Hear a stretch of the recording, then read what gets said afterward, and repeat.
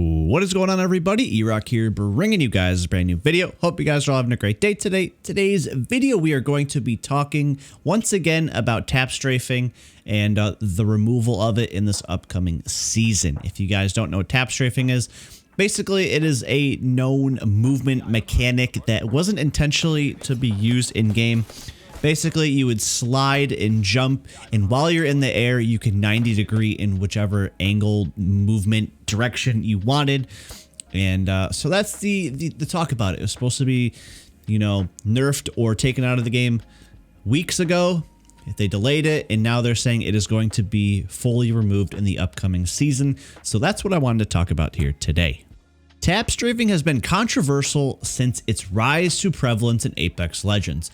Once a niche bit of a movement tech, all the best mouse and keyboard players are tap strafing around Apex games to get around corners quickly or change direction in midair without losing momentum. The drawback of this, it's not available on controller unless you're on PC with controller, in which you can go into the Steam controller configuration and map a button to like turbo button it for you, and you'll be able to tap strafe that way. But it is not intended to do, so it's not technically available for all controller players to use. So Respawn has been reworking and working on removing it from the game, and got as far as nearly pushing a patch in Season 10 before reverting it.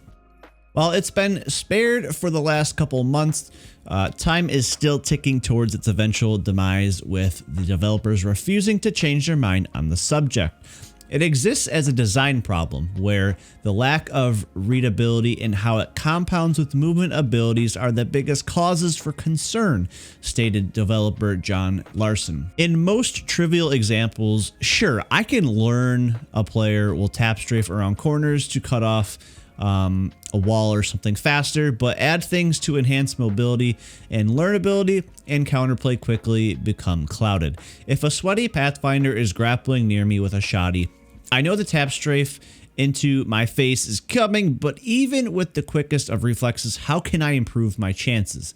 The idea to bring tap strafing to controller also doesn't sit well with Larson and other developers.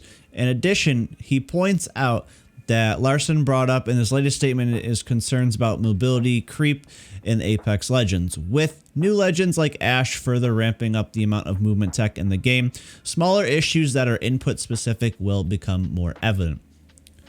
Mobile creep is a real concern. If something feels good, doubling down on that too much can warp gameplay in the grand scheme of things, he stated. Until then, feel free to tap strafe with your hearts and in Apex Legends, but just know its time is coming for it to be nerfed altogether. And now on top of that as well, there is another like mini topic within this about people stating like, well, at least let controller players move and loot at the same time. That was also stated that moving and looting is a bug in the game, and you're not even supposed to be able to move and loot. It's just an unintended bug that they've kept in. And again, it's another thing that controller players can't do, but mouse and keyboard players can. So all in all, it's just like, what side are you going to be on here? Like, tap strafing for me as a controller player, I could care less if it's in the game or not. It doesn't bother me. I'll still one clip you. I'll still use my aim assist to the 9th degree, and I'm just fine with it. But either way, for you guys that do tap strafe and everything, we'd love to know your thoughts and opinions, everything down below. If you are going to just stop playing the game altogether because they're going to get rid of it, or what. But either way, I'm just interested to know everyone's thoughts and opinions there on this subject. But that is going to be it for me. Thank you guys so much for continuing to support the channel.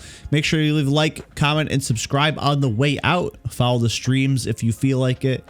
And appreciate it. We'll see whoever is here in the next one.